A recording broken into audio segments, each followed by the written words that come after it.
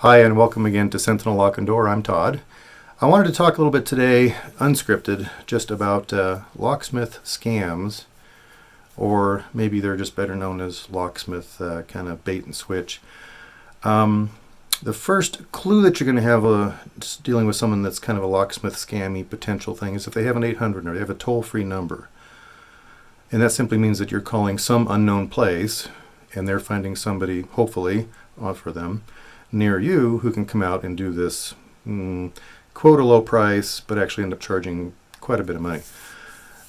Usually starts out with a simple quote for a service call that's $15 to $25 maybe, but then from there the actual unlocking is hard to tell until they actually get out and see you. Well, by that time they're out and they're there and you kind of feel obligated to follow through with it. The ones that I have actually been close enough to the person who was scammed to know enough about it is basically somewhere in the area of upper 100s to lower $200 just to unlock a home or a car. And it should never be that much unless, of course, the lockout is quite a distance from the typical work area. Like, for example, here in Casper, if I did have some work I had to do once in Rawlins.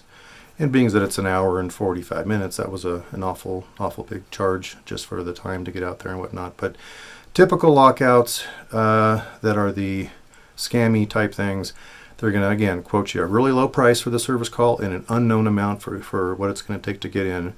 Where if you're dealing with someone who's legitimate and local and, good people, they're going to give you a price on the phone. And there is also that opportunity, that chance that you may have something on your home that is higher security, pick proof, pick resistant, or something that just doesn't want to cooperate with normal means of us entering, at which point there is additional work sometimes, but certainly not as often as they try to make out when the scammer locksmith arrives at your door and says, oh my gosh, this is a super high security. There's a lot of videos on YouTube about locksmith scams. If you have a moment, take a look for some of them and you'll see how they go. But essentially, if you're always dealing with somebody who's local, you're not going to get scammed.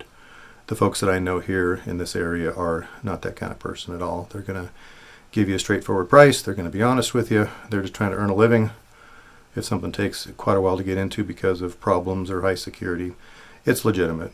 So be careful of and be wary of the locksmith scams, although I'm hoping that up in this area we really just don't have that very often. So until next time, I'm Todd. This is Sentinel Lock and Door.